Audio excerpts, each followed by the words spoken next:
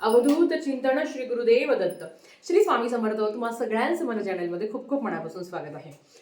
आजच्या व्हिडिओमध्ये गुरुचरित्र पारायणाची सांगता कशी करावी याच्याबद्दल माहिती सांगणार आहे. आपण सगळ्या महिलांनी जसं शक्य होईल तसं कोणी केंद्रात बसलं आहे, कोणी घरी पारायण करत आहे. आता ह्या पारायणाची सांगता कशी करावी त्याच्याबद्दलच माहिती आहे. सगळ्यात आधी काहीच मनात आणू नका की खूप काही करावं लागतं, अजिबात नाही. खूप साध्या मार्गाने किंवा एकदम साधी आपल्याला गुरुचरित्र पारायणाची सांगता करायची आहे. सगळ्यात आधी 7 दिवसाच्या पारायणाची सांगता ही 8व्या दिवशी करायची असते. आरोही म्हणजेच काय, दत्त जयंती ही 26 तारखेला आहे, पण आपल्याला 26ला सांगता करायची नाही, आपल्याला 27 तारखेला सांगता करायची आहे. लक्षात घ्या, 27 डिसेंबरला आपल्याला गुरुचरित्र पारायणाची सांगता करायची आहे, समाप्ती करायची आहे. वाचन अर्थात आपलं सगळ्यांचं 26 तारखेलाच होणार आहे. आता काय करायचं? सगळ्यात आधी उपवास धरायचा का? नैवेद्य दाखवूपर्यंत आपला असा पण उपवास असतो, कारण तो दत्त जयंतीचा असतो. तर आता दुसऱ्या दिवशी मी तरी सांगेल की सकाळी उठल्या नाश्ता वगैरे करू नका. 10:30 पर्यंत आपण नैवेद्य दाखवू शकतो. 10:30 पर्यंत स्वयंपाक करायचा असतो. सगळ्यात आधी ज्या महिला केंद्रात बसणार आहे त्यांना काहीच काळजी नाहीये, कारण केंद्रात मांडियाळीचा कार्यक्रम असतो. आपल्याला केंद्रातच आपल्याला उपवास सोडायचा असतो. दत्त जयंतीची सांगता ही केंद्रातच होते, म्हणून घरात काहीच करायची आपल्याला टेन्शन नाही. पण ज्या महिला घरात पारायणाला बसलेल्या आहेत त्यांनी काय करायचं त्यांच्याबद्दल आज मी तुम्हाला माहिती सांगणार आहे. सगळ्यात आधी तुम्ही 27 तारखेला सांगता करायचे.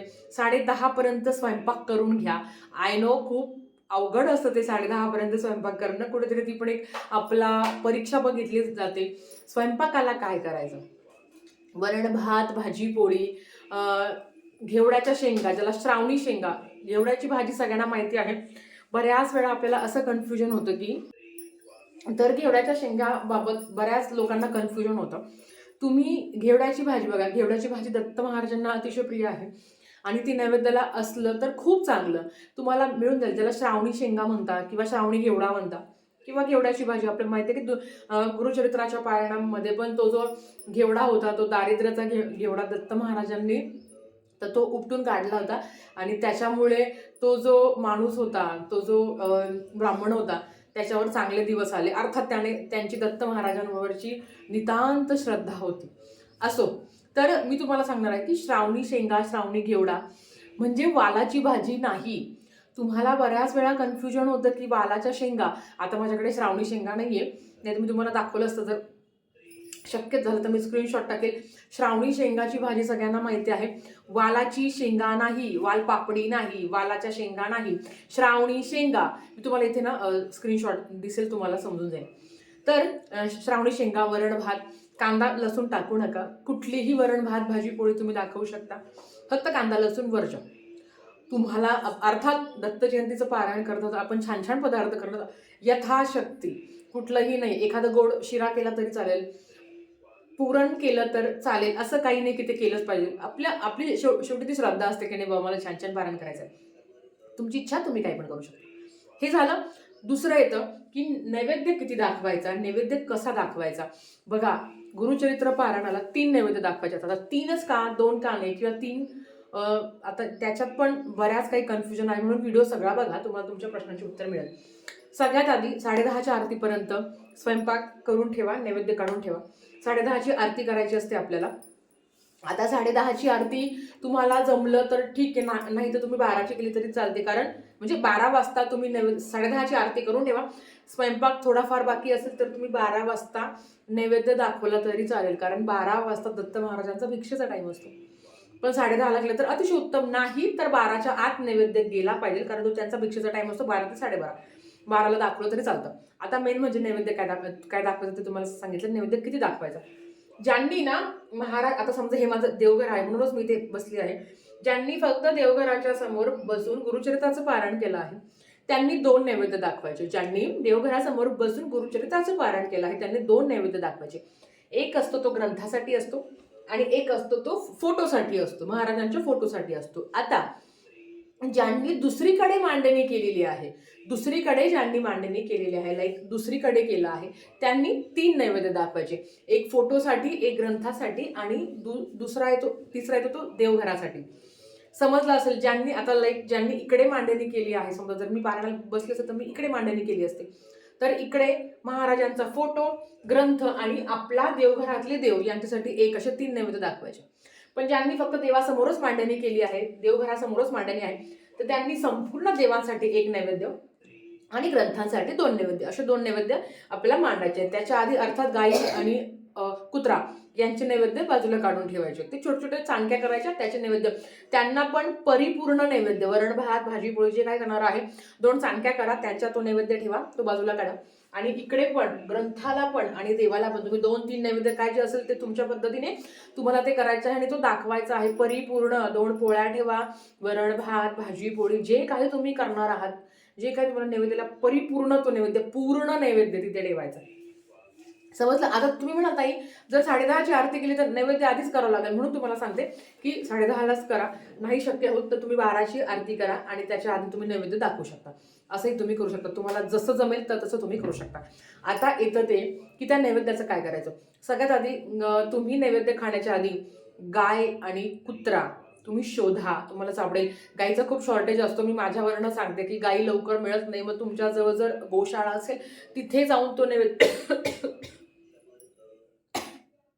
तर तिथे जाऊन तुम्ही तो नैवेद्य ठेवू शकता.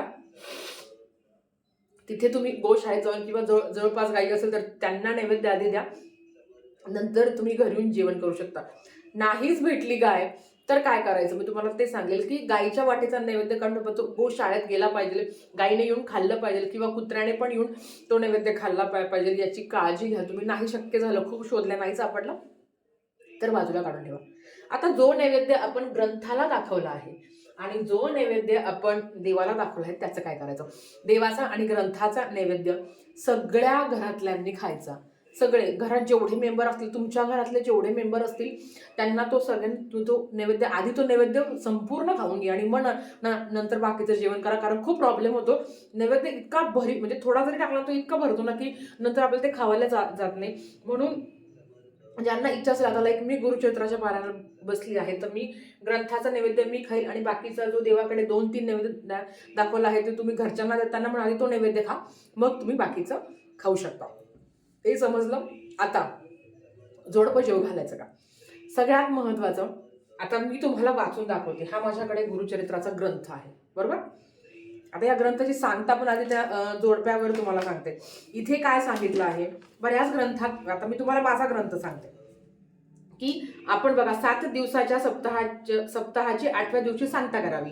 सांगतेच्या दिवशी सकाळी 10:30 वाजता नैवेद्य आरती करायची. आरतीमध्ये काय काय घ्यायचं ते पण तुम्हाला सांगते. गणपती बाप्पाची आरती घ्या, स्वामी महाराजांची आरती घ्या, दत्त महाराजांची आरती घ्या, नारायणाची आरती घ्या, कुलदेवतेची आरती घ्या. अशा 5 आरत्या तुम्ही घेऊ शकता.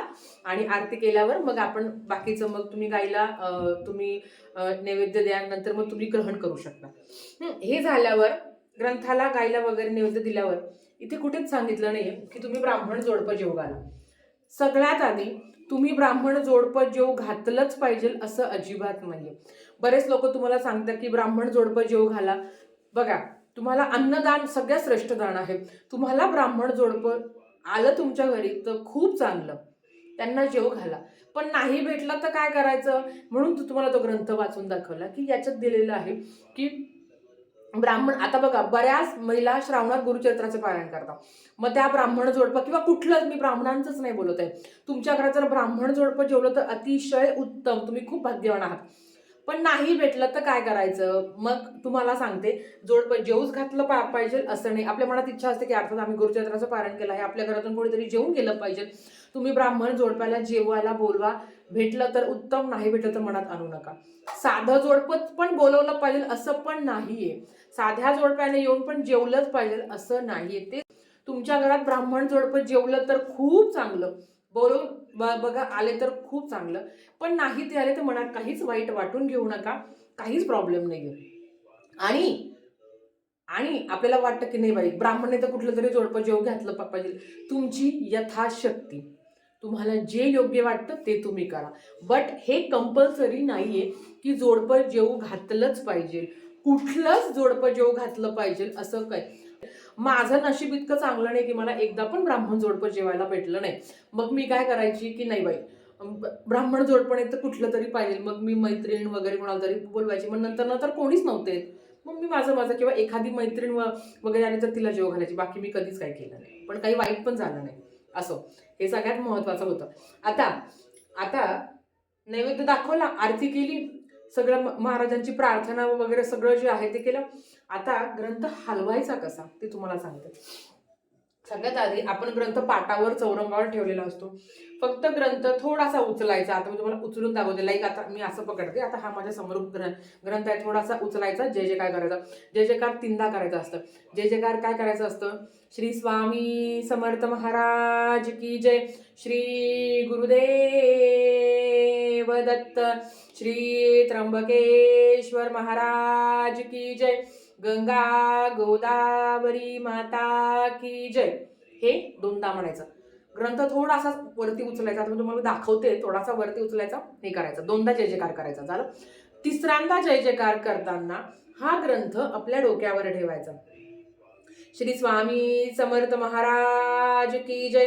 श्री गुरुदेव दत्त. श्री त्र्यंबकेश्वर महाराज की जय. गंगा गोदावरी माता की जय. हे म्हटल्यावर ह्या ग्रंथातली जी काही ऊर्जा आहे, जे काही आहे सगळं, हे आपल्या शरीरात मिळतं. म्हणून हे 3दा असं करायचं असतं. म्हणजे 2दा असं करायचं आणि 3ऱ्यांदा असं करायचं. ज्यांना असं करायची इच्छा नाही त्यांनी 3दा असं जय जयकार केलं तरी चालतं. पण 3ऱ्यांदा असा करा. हा ग्रंथ डोक्यावर ठेवायला पण भाग्य लागतं. हे प्रत्येक वेळेस नाही. जो गुरुचरित्राचं पारायण करतो त्यालाच ते करायला मिळतं. या पद्धतीने आपल्याला हे झालं की मग तुम्ही आता काही मांडणी कधी उचलायची? तुम्ही संध्याकाळी मांडणी उचलू शकता. तुम्ही दुसऱ्या दिवशी मांडणी उचलून ग्रंथ छानपैकी पहिल्यांदा पारायणात बसलात किंवा कुठे पण ग्रंथ छानपैकी असा एका ब्लाऊज पीसमध्ये गुंढाळून तुम्ही व्यवस्थित ठेवा. हा ग्रंथ म्हणजे खूप पवित्र आहे. असा छानपैकी गुंढाळायचा आणि अशा ठिकाणी ठेवायचा की जिथे वारंवार कोणाचा हात लागला जाणार नाही. आता हा ग्रंथ कुठे ठेवायचा? तुमची इच्छा. हा ग्रंथ तुम्ही कुठे पण, मी काय सांगते, वारंवार कोणाचा हात लागणार नाही अशा ठिकाणी हा ग्रंथ तुम्हाला ठेवायचा. आता तुम्हाला माझं सांगते, मी या ग्रवाच्या खालीच ठेवते कारण दर गुरुवारी मला पारायण करायचं असतं. आमचं जे साखळी पारायण लक्षात, त्याच्यावर पण मी व्हिडिओ करणार आहे. तर ह्या पद्धतीने तुम्हाला करायचं असतं.